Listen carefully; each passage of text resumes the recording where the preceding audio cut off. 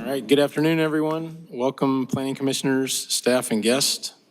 We're here for the October Planning Commission session. Multiple staff members are here today to ensure that the meeting runs smoothly and all applicants and members of the public are able to participate in the meeting at the appropriate times. If you are here today and would like to speak about a case, please provide your name clearly into the microphone and be sure to sign in, either at the back of the room or at the podium for documentation purposes. And if you're here to speak today about a case, you must speak up when the chairperson calls for public comment. Okay, I'll go ahead and call the roll. Mr. Cohn, Here. Ms. Davis, Here. Mr. Holcomb, Ms. Marshall, Here. Mr. Osorio, Here. and Ms. Covney. Here. We have a quorum.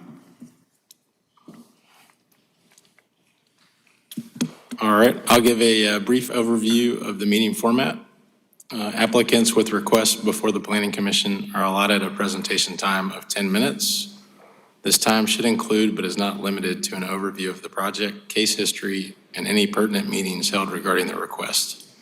This time also includes all persons presenting information on behalf of the applicant, such as attorneys, engineers, and architects.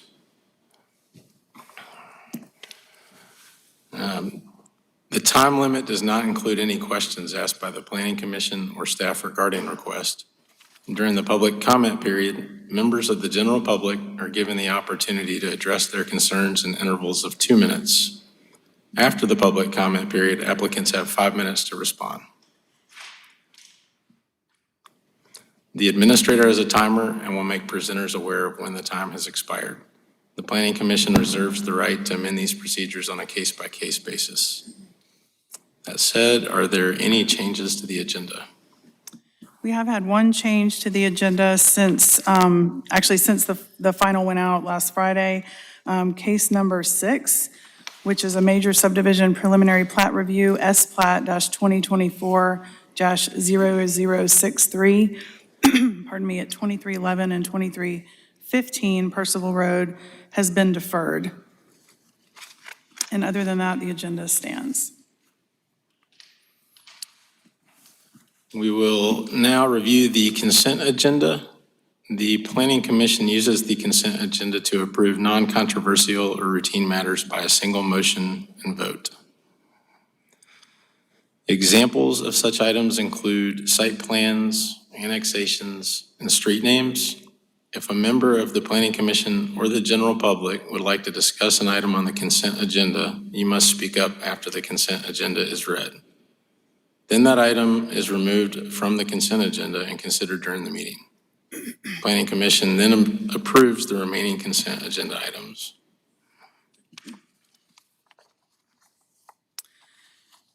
So I'll go ahead and read through the consent agenda. First, we have the approval of the September 12th, 2024 minutes. Then under future land use amendment and zoning amendment for pending annexations, we have 4 cases. The first is Annex-2024-0009, 5325 Fairfield Road. Request recommendation on the assignment of the land use classification of Urban Edge Mixed Residential, UEMR, and the assignment of zoning of Residential Mixed District, RM2, for a pending annexation. The property is currently classified as Mixed Residential High Density and zoned R6 by Richland County. Next is Annex-2024-0020, 0.73 acre part of Lot A, 2.268 acre part of Lot 11 and Lot 10 in the Skyland Terrace subdivision, Elwyn Lane. Request recommendation on the assignment of the land use classification of Urban Edge Mixed Residential, UMR, and the assignment of zoning of Residential Mixed District, RM2. Portions within the floodplain overlay district and floodway overlay district for a pending annexation. The property is currently classified as mixed residential high density and zoned R2 and RT by Richland County. Next is Annex-2024-0021, 6709 David Street. Request recommendation on the assignment of the land use classification of Urban Edge Residential Small Lot, UER1, and the assignment of zoning of residential single-family Medium Lot District, RSF2, for a pending annexation. The property is currently classified as mixed residential high density and zoned R4 by Richland County. And then we have Annex 2024-0022, 3516, and 3528 Broad River Road. Request recommendation on the assignment of the land use classification of Urban Edge Mixed Residential UEMR and the assignment of zoning of Community Activity Center Corridor District, CAC, for a pending annexation. The property is currently classified as mixed-use corridor and zoned GC by Richland County. And we do have one more case on consent, but I thought we would pause just to see if anybody needed to pull something off of the annexations. Yeah, before we move on the rest of the consent agenda, are there any staff member, commission members, or members of the public that would like to discuss one of these? This is really bad echo. Okay. All right, moving on, we have the last case on consent is a major subdivision preliminary plat review, S-Plat-2024-0029, the 8400 block of Park Lane Road and Old LeGrand Road. Request preliminary plat approval for the construction of a 99-lot, single-family attached townhome subdivision, Park Lane Place. The properties are zoned RM1, residential mixed. And that concludes the consent agenda. Thank you. Are there any commission members, again, or anyone from the public that would like to speak on any of these? I do have a general question, but it applies to item number 5. And it's the term preliminary plat and the fact that the package contains an entire set of site civil drawings, water, sewer, drainage, erosion control, and everything. So I'm curious, what exactly is the Planning Commission voting on when they're reviewing a package like that? Is it just this lot layout, or are we actually looking at the entire package? Yeah, sorry. I don't care. Sorry. The entire package, the preliminary plat package. Okay, so a follow-up question on that, Jonathan. Has staff reviewed the drainage and water and sewer yet on this particular project? They have. Okay. All right, and so I saw the comments. There were no other comments from staff. I couldn't tell that they had done a full review of the project, so. That's correct. I assume if there were any problems, they would have been brought up. Okay. Correct. All right, I understand. Thank you. Are you comfortable with that remaining on the consent? Yes. Okay. All right. Any further discussion? Any other comments from the public? Seeing none, I will entertain, do you want me to go through these individually? For consent? Yeah. Oh, no, we can just do a normal, if you want to just do a vote on the consent agenda. Okay. I'll consider a motion for the approval of the September minutes and the October consent agenda. Mr. Chair, I motion that we accept the September 12, 2024 minutes and items on the consent agenda. Thank you. We've got a motion. Any discussion? A second? I'll second. Second? Okay. Motion and a second. All those in favor signify by saying aye. Aye. Any opposed? Ayes have it. Passes. All right. Thank you. I guess we'll move to the regular agenda. So the first case on the regular agenda is, this is a zoning map amendment case summary. This is at 3201 Two Notch Road and a portion of 3215 Two Notch Road. This is a request or recommendation to rezone the property from Community Activity Center Corridor District, CAC, to General Commercial District, GC. This is in an area that is, the land use classification is Urban Core Community Activity Center, UCAC2. And it is a 2.1 acre parcel, which is currently vacant. And the staff recommendation is denial. I'll go ahead and read the staff recommendation. Staff has determined that the proposed zoning does not align with the future land use classifications outlined in the Columbia Compass Comprehensive Plan.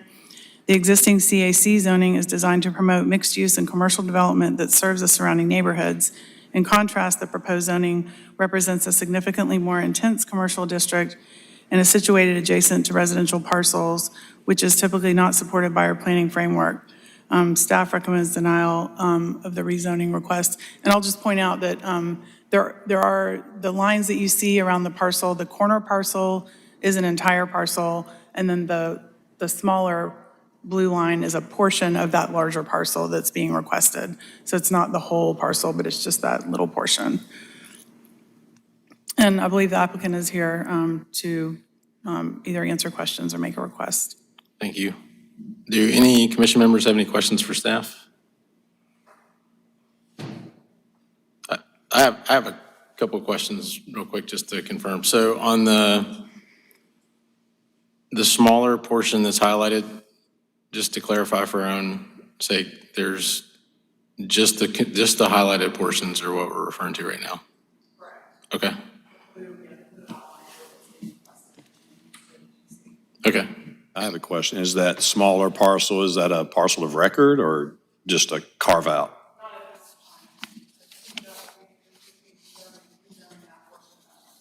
Okay. Is the applicant here? Robert Ashley, I represent Stephen Nuttall. He's the owner of S&S Two Notch LLC, which holds title to the property in question. I helped him close on this transaction back in 2021, I believe it is, 2020. The property had been vacant for some time. It wasn't just the parcels that are in front of us today. There was a tract of land that Dick Dyer was using as a car lot that covered 4 parcels altogether. And we did the closing. I was familiar with the history of the property and probably my fault that I didn't check on current zoning regulations. I thought it was still GC because I've been dealing with that property over the years. But at any rate, when Stephen was in the process of renovating the building that he occupies for his tire business, he was approached by a couple of men that came from the city who told him he might be breaking the law. So we stopped at that point. He contacted me and applied for a variance. Quite frankly, we thought the variance would cover everything that was in his deed. He had 1 deed in with 4 parcels of land. And the variance was granted, and he's been running the tire and battery store there. Just as a side note, I want to point out that his family has been in the tire business in Columbia for almost 50 years. I helped his grandfather get a lease done on Taylor Street property back in the early 80s. Then his grandfather and his father moved the business to Millwood, and we're operating out of a building down there that they own. They just leased the first location. His grandfather passed away. Ultimately, his father turned the business over to him.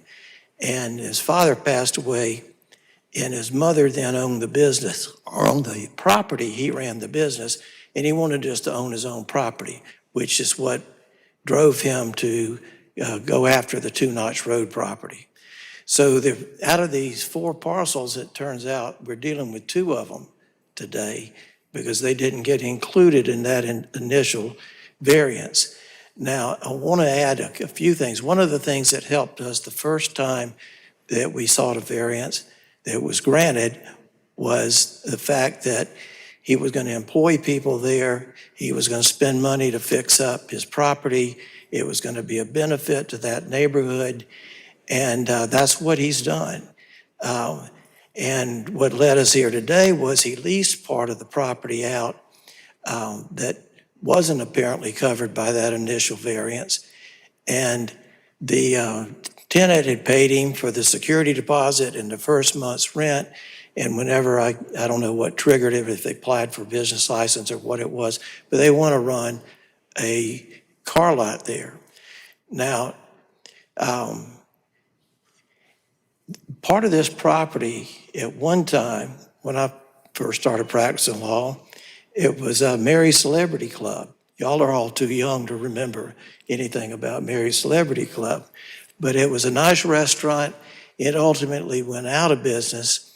And Michael Love, the Love family, Love Chevrolet, said he wanted to buy it. And he knew Mary. And I closed on that for him. And they opened up a Saturn dealership at that location. That was one of the parcels we're talking about now. And that was back in the 90s when they bought that property and built the Saturn dealership. That's one of the GM ventures that didn't work out so well for GM over the years. Saturn went out of business. And so they shut down that location, and Dick Dyer came and approached Michael Love about buying that property. So I represented Loves as the seller of that property. Another local attorney represented Dick Dyer to buy it and their surrounding properties so they could build a car dealership there. And was empty when Stephen Nuttall decided he wanted to try to acquire it, which he did. We think that it's beneficial for that section of Two Knot to have buildings occupied, not sitting empty, that can generate jobs for people, that can be a benefit to the city. And he doesn't want to lose a tenant that's already paid him money up front, but there's no market out there that he's aware of for anybody who would want to come in and put in shops, restaurants. I think it's a good plan in the future, but I don't think we're there yet now. So unless y'all have any questions for me, I'd like to give Stephen an opportunity to speak for a minute or two. Is there a plan to improve the property or use it in its current condition and just convert it to a automobile dealership? I'll let Stephen answer that. Okay. Anything else? Thank you. Thank you. So the property is, what's Please, that? would you mind stating your name, please, for the, Stephen Nuttall. thank you. So the property is designed as a car dealership. It has been renovated. We renovated the whole inside of it because a week after I purchased all of that property, somebody broke into that corner building and cut all the copper lines, which were water lines, and flooded the whole place. So it went into a year and a half of being completely reconditioned. So the inside of it is pretty much brand new, been completely redone. Spent $130,000 or something redoing it, but it's got a shop in the back. You know, in the front of it's got a small showroom. It's got 3 individual offices for salespeople, and a larger foyer, and that sort of thing. So, I mean, it's designed as a car lot. The parking lot is, most of what you see there is the parking lot, which probably, you could probably park 100 cars there or whatever. So, the design of it is completely a car lot, and obviously the new zoning is saying that we can't put a car lot there. We could work on cars there, but we can't, sell cars there. And again, as Robert said, I've got the property leased out to a gentleman, Auto Source of Columbia, that has a few other car lots elsewhere. So he does a good job with what he does, and wants to use this property to be able to sell cars out of. So you got my place right beside it, which is an automotive store, cars all over the place. You got Phillips Automotive, which is right there just to the left of the property that you see, that's an auto shop and a car lot selling cars. So none of that's going to change anytime soon. So, I'm hoping that we can be able to, put him in there. He's already paid and trying to get his business license, and we just need to get it approved so that, so that he can serve the community. Is there a lease that defines these exact parcels? Because I'm curious how you control the cars being sold from, going over to your lot, for instance, and him expanding the auto dealership component of the corner business. Is there some sort of demarcation that would prevent that from occurring? You mean for the, like, for the zoning purposes there? Well, yeah, the lease itself states the property that's specific to what he would be able to utilize. Okay. So it does not include the secondary part of what you see there. Okay, and a question of staff, have you seen the lease or any sort of lease parcels that define this exact zoning line? So I'll just clarify that the blue lines on the map there, so the smaller parcel was added in to establish a 2-acre boundary to request the rezoning. I see. So that is a portion of his property, so he does own both properties. But the corner lot is primarily the one that is requested to be used for the car dealership. And of course, this is a rezoning request, not a request for that specific use as well. So just keep that in mind. Okay, so the car dealership may or may not use that smaller tract of land. The car dealership will not use that smaller tract of land. Yeah, okay. Well, I mean, that's been a car dealership for years there, you know? Yeah, It's just not now. yeah. My only hesitation is the residential behind it, you know, which is, I think, a church to the north. But it is zoned residential, obviously. Yeah, across the way there. So you don't plan to improve the property at all, nor does staff have the codes to require you to add any buffering or anything like that, right, between the residential and the car dealership? I mean, there's a little bit of buffer on the back side there. When you say improve, you mean? Buffering primarily between this dealership and the residential to the north. You don't have to do that as part of Yeah. your project, correct? No, not that I'm aware of. So, okay. I think it would have to meet the thresholds in permitting to trigger. I guess, I mean, if you're going to use it as is, Yeah. then you're not adding any buffering. But, and I'm not hearing staff say that they have to. Okay. So some of the site plan aspects that we're, I guess, kind of touching on here would be determined at the time the project is submitted for site plan review. So, Okay. yeah. I understand. I didn't, okay. I Yeah, and understand what you're so saying. some of that, like the landscaping, some of the landscaping requirements would be dependent on the value of the project. So, I see. Clarify it for my sake, would there be a site plan review so project? not by the planning commission. I don't think it meets the square footage threshold for that. But just an internal administrative site plan review. In planning and development services? Yes, Okay. yes. And I know you don't have a plan to review yet, or I assume you don't. Will they be required to establish a landscape buffer between the car lot and the residential? Yeah, and I'll say site plan, and let me clarify that too. So it would be submitted most likely for building permits, any kind of permits that would be required with the project. So it's all dependent on what types of permits are being requested as to what our review actually is. And I'm not sure, have you done all the internal renovations? Internal, yeah. Yeah. They're So gonna I'm not be sure that applied there for? would be, I'm not sure there would be any permits to apply for then. Okay. Just a business license, but that wouldn't be a site plan review then. Now I understand. Just for my questions, your plan is not to change, or is it to change any of the layout that's already been there? No, sir. I mean, it's designed as a car lot. I mean, Yeah. it's turnkey, get going, you know? So you don't, you know, it's what it is. Any commission members have questions? My only, I guess, concern is that by changing the zoning to, is it general commercial? That I guess that we open the possibility. Given, I mean, I realize that it's made for a lot, but I mean, by changing the zoning, technically, something else could be placed there, right? Of course. Well, I mean, I look at the zoning and, you know, a lot of it overlaps anyway, you know, the CAC and the GC, there's, you know, a fair amount overlapping. But, you know, I don't see that, you know, my business isn't going to change anytime soon. Phillips right there isn't going to change anytime soon, you know, and they're running car lots. We all are, you know, pretty much. I mean, I don't sell cars out of my store, but, you know, it's automotive.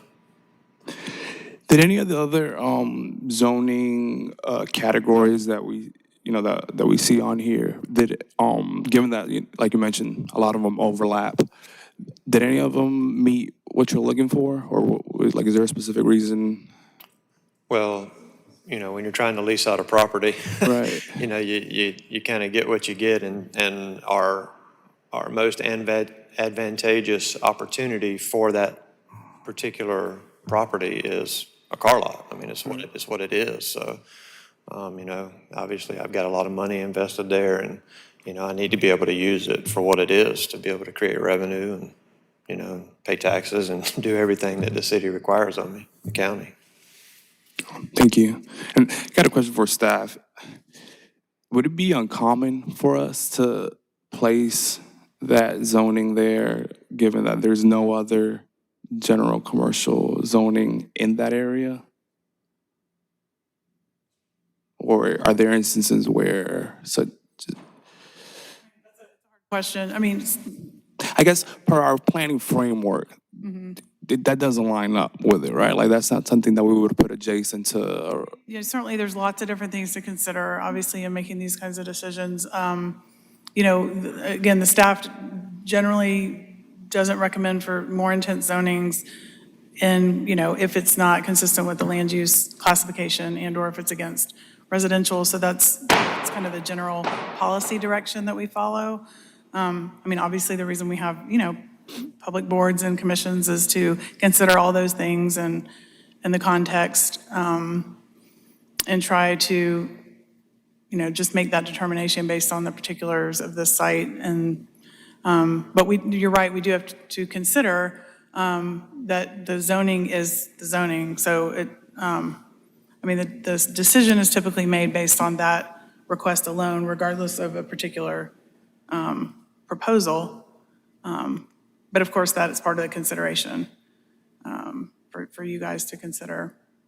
and as a follow-up question to that, if, and I realize there might not be a very clear answer, but if we were to rezone it, how, like, would that make it simpler to, let's say, somebody who's adjacent to that, if they wanted to rezone, given that there's now a general commercial zone there, would it make it easier for them to rezone if they wanted to as well? I mean, conceivably, yes, because I guess one of the points that Hope was making, which is good, is that, you know, in order to rezone a property that is independent of the surrounding zoning districts, it has to be 2 acres. And so, of course, that's why this portion was carved off, which is, I mean, certainly better than the whole giant CAC parcel, you know, being requested, because it's smaller. But yes, when you, if it were to be rezoned to GC, then it would be provide adjacency to other parcels. So if that, does that answer your question? Yes. Although any parcel that is 2 acres or more could be rezoned to a district that is not adjacent to that zoning district, if that makes sense. Well, and the CAC does encompass auto repair, right? It does. Okay, so Yeah, there's a few auto-related, yeah, sorry, go I ahead. guess that's just you're kind of fine. where, Yeah, I just wanted to clarify that too. So in your packet, there should be a zoning informational sheet for the GC district and also for the CAC district. So you can kind of compare the uses that are allowed in each district. so for me, I mean, the point that I was just going to make is that, you know, I'm just a business guy, so I don't know all the details around the city, but, you know, I'm thinking we can work on cars there, but we can't sell cars out of there. And it's like, it's the same stuff that's happening, you know, so I have a hard time, you know, trying to juggle those thought processes that I can do one but not the other, but yet it's really pretty much the same. And I'll clarify that too, if I can. So previously, what the gentleman was speaking to, or in regards to the variance, so that was a special exception that was previously granted for the property to do auto repair. So, but of course, a dealership is a different use in our code. So, and that was under the old code. So auto repair required a special exception. So that's what was granted previously. And of course, now auto repair would be allowed there, but a dealership would not be under the current zoning.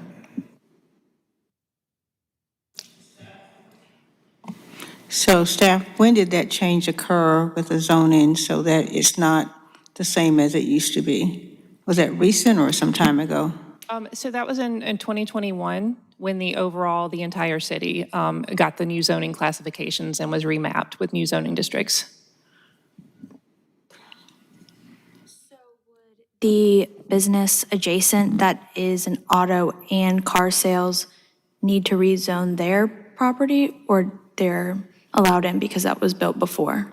So auto repair is allowed. If there's a dealership nearby, the dealership would be allowed to continue operating as long as they don't cease operating for more than 12 months. So they would just be considered, they would be grandfathered in under the zoning.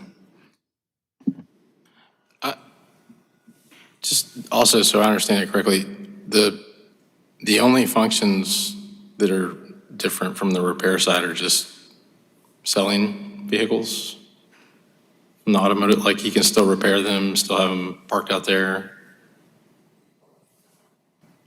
So usually with dealerships, now sometimes larger dealerships will have like a repair bay or something that we allow as an ancillary use, but the main use, the primary use is a dealership. So that's what that's what he's attempting to be able to use the property as.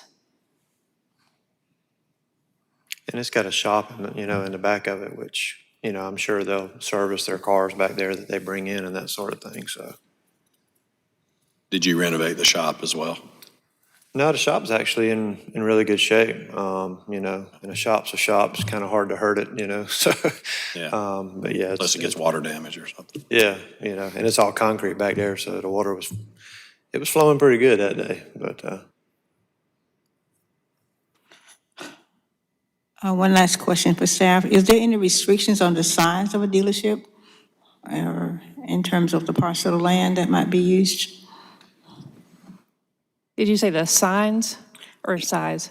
Aside, any restrictions that there might be in terms of the number of cars or anything like that that can be on that property? Oh, for a dealership? Yes. If it was rezoned, no, there would not be. Or are there any if it stays the same as it is now? I'm sorry, what was that? Is there any restrictions on the property as it's zoned as today? Well, of course, today it could not be used as a dealership, but it could be used for auto repair.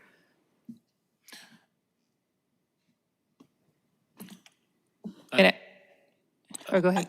Well, had this not closed and stayed operational, would they be able to continue? Yes. Okay. And if they wanted to That change? was something that we attempted to look at the time when the business license came through for approval. Okay. And then if there was an effort to expand where it's still the larger parcel, they would still have to come back to Planning Commission for that zoning change? Yes. Okay. Got an additional question for staff. In your comments, you mentioned that the proposed zoning presents, I think it says, if I can find it here, a significantly more intense commercial district. What exactly defines significantly? Just to give me an idea.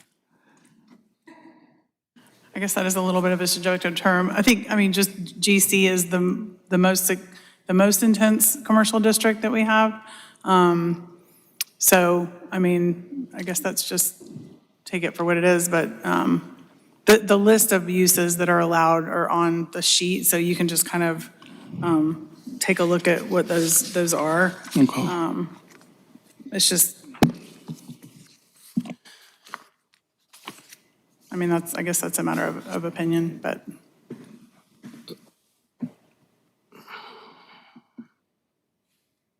And you had asked previously about any other districts that would allow that use that he's wanting to do. And we did discuss that usually, or always, I guess, when an applicant requests a rezoning, we have a pre-application meeting with them. So we sit down and we discuss the districts that would allow, what they're wanting to do, and maybe, which not necessarily that staff would support one if we're not going to, but that it might be a little more appropriate than another one. So we kind of try to guide in that respect.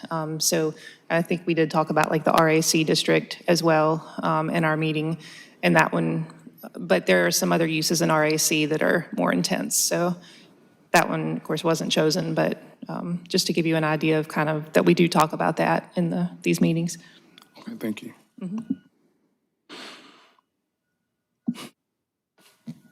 Any commissioners have additional? Another question, is there any other way that he could apply for a variance or some type of exception that doesn't require changing the zoning for this property to something that's so much more intense? No, so you can't request a variance on use of the property. So that requires a rezoning.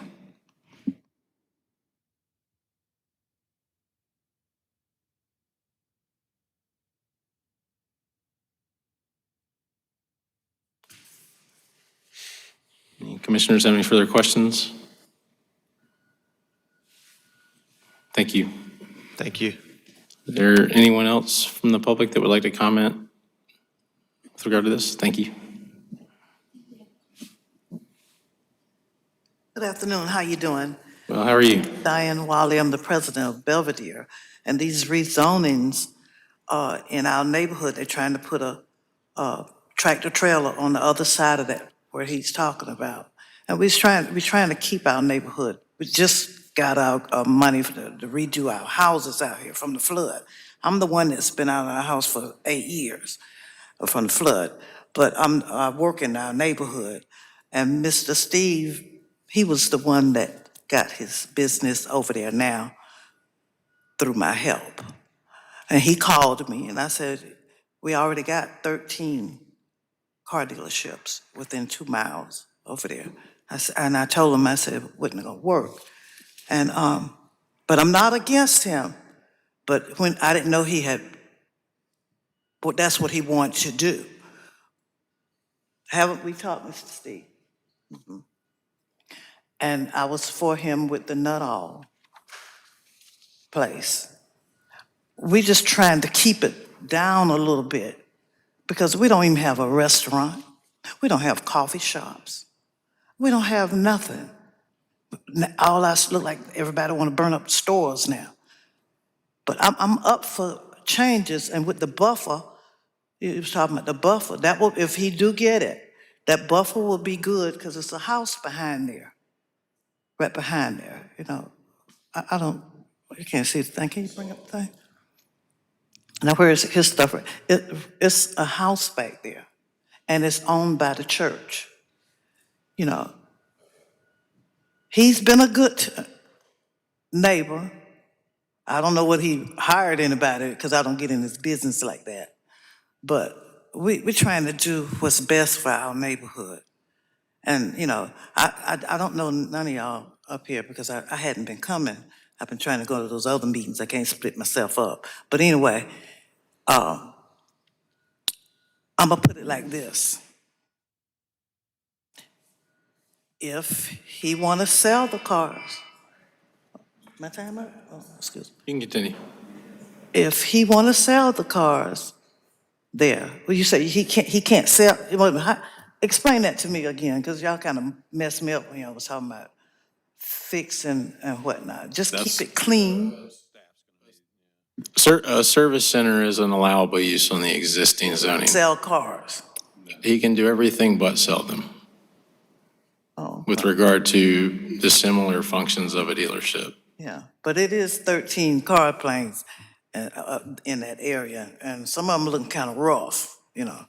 But if he can sell cars and keep them clean, because Phillips keep his really clean, and that's how we come out that neighborhood, you know. So I'm not against this, you know, because I told him, I said, well, I will fight, but I had my letter, but I'm not going to, but, you know, we just want our neighborhoods to start looking better.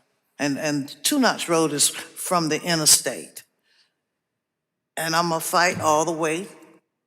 I go to every meeting, but I'm going to start coming here. But, you know, some of these rules I don't know. But he was one reason why he came to Nuttall, you know, through me. I didn't fight him.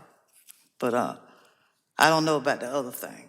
But if you put a buffer right there, behind there, you know, because I think that's a 2-thing house right back in the back from the church. They got 2 houses back there, you know. I got a quick question. So Belvedere is the neighborhood right I'm next to the this? president of Belvedere. Okay. I be on everybody's case in a good way.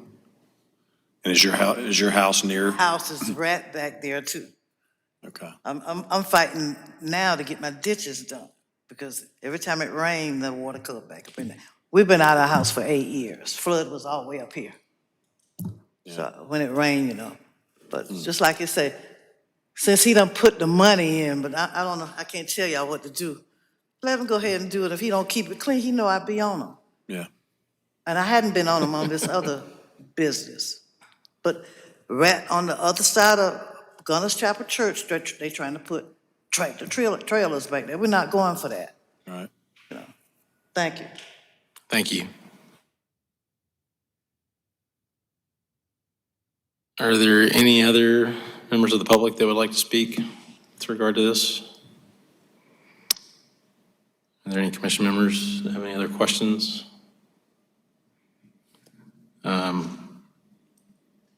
Seeing none, I will consider a motion. I'll make a motion. I make a motion that the planning commission recommend to council that this rezoning be approved. I'm probably not saying it right because I'm new at this, but I'm recommending approval. You can just reference the address. All right, the 8400 block of Park Lane Road and Old LeGrand Road. I'm recommending approval of the rezoning. This sorry. one is the 3201 and 3215 on Two Notch. 7. Case 7, yeah, no problem. Sorry about that. Yeah, definitely am new. All right, so let me start that over. I make a recommendation that 3201 and 3215 Two Notch Road be approved to be rezoned from CAC to GC. Thank you. We've got a motion. Can I get a second? I'll second it. Any discussion? All those in favor signify by saying aye. Aye. Aye. Any opposed? Nay. Opposed? Can we get a, on the, Do you want me to do roll call? yeah. Thank you. Sorry. Ms. Davis? No. Mr. Holcomb? Aye. Yes. Ms. Marshall? Yes. Mr. Osorio? No. Mr. Cohn? Yes, And Ms. Cubney? Yes. Okay, the motion passes. thank you.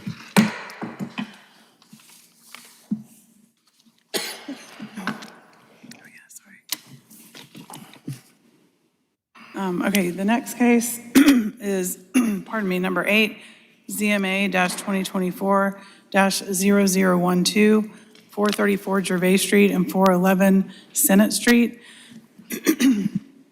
This is a request, a recommendation to rezone the property from mixed commercial in a Vista overlay, OVID setback district. This is a little bit of a tongue twister.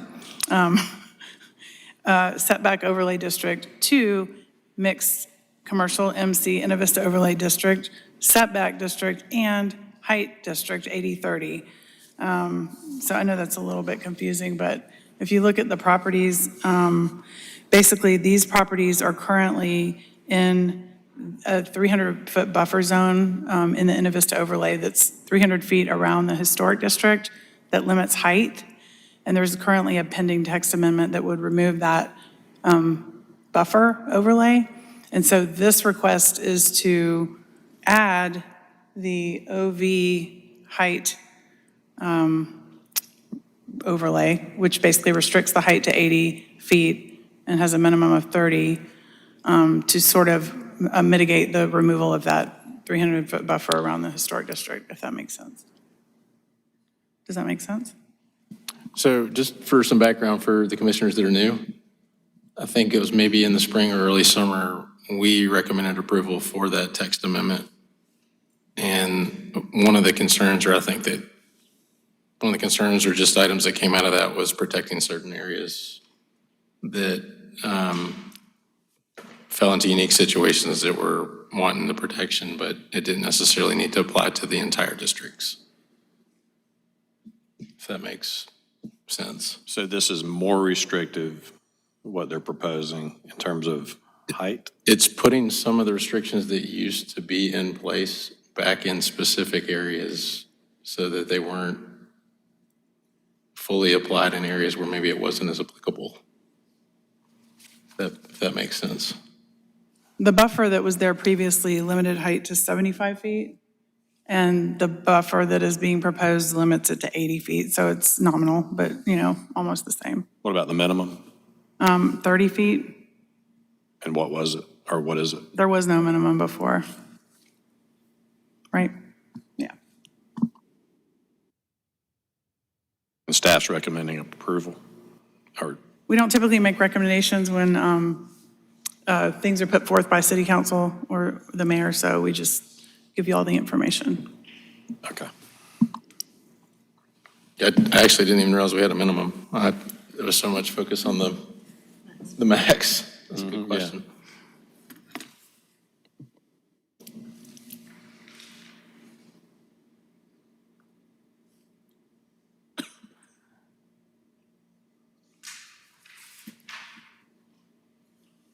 Does anyone have any questions further? Is there something special about this property that precludes this request? I mean, I know it drops off from Gervais quite a bit to the back. Does that have anything to do with it, or, I mean, this request was really just, I think, born of concerns from some nearby neighbors that maybe weren't as comfortable with the text amendment, that the other buffer was going away. So it just, made sense to kind of add something that would kind of provide the same level of protection that was there before on these particular properties. okay. Thank you. Are there any members of the public that have any comments? All right. Any other questions or comments from planning commissioners? Seeing none, I will entertain a motion. Mr. Chair, I vote that we approve zoning map amendment 2024-0012, 434 Gervais Street and 411 Senate Street, TMS 08912-1103 and 8912-1102. Thank you. Is there a second? Second. Got a motion and a second. Any discussion? All those in favor signify by saying aye. Aye. Any opposed? Ayes have it. Motion passes. It looks like we do not have other business, but maybe we do. Just a friendly reminder about your training. If you haven't done your training, please do your training. Oh, good for you. That's great progress. I know you're doing the hard part, which is, it's not a hard part, but 6 hours is a lot, but you can do it in chunks, right? So, and then Harris, you need still some training, I think. Yeah, I feel good I'm not alone in this now. Okay. That's it for other business, anything? Oh, yeah, thank you. Thank you, Andrew. I did forget. I did want to just acknowledge, just because we're all here, y'all did get a bunch of emails that had been submitted by the Peach Grove neighborhood over off of Earth Road. Because there is no case on the agenda right now that pertains to that area, it was just like information. Staff is looking into that and trying to work with the city traffic engineer to see if there might be something that can be done about that. But we just wanted to acknowledge that those were passed along, and you do have them, but there's not a whole lot of action the Planning Commission can take at this time. But I just wanted to mention that. Thanks for the reminder. Curious, as the city annexed, like the Publix shopping center, how far is the city's line out? I mean, that's all in the city. That's all in the city now? Yep. So, Okay. but we'll keep y'all posted if we are able to make some progress on any kind of improvements to help access from that Sounds like a neighborhood. mess. Yeah. So I guess that's it. It's been a while since we've had some real conversation. All right. Consider a motion to adjourn. So move that we adjourn. All right, get a second. Second. All those in favor signify by saying aye. Aye. Thank you. Meeting is adjourned.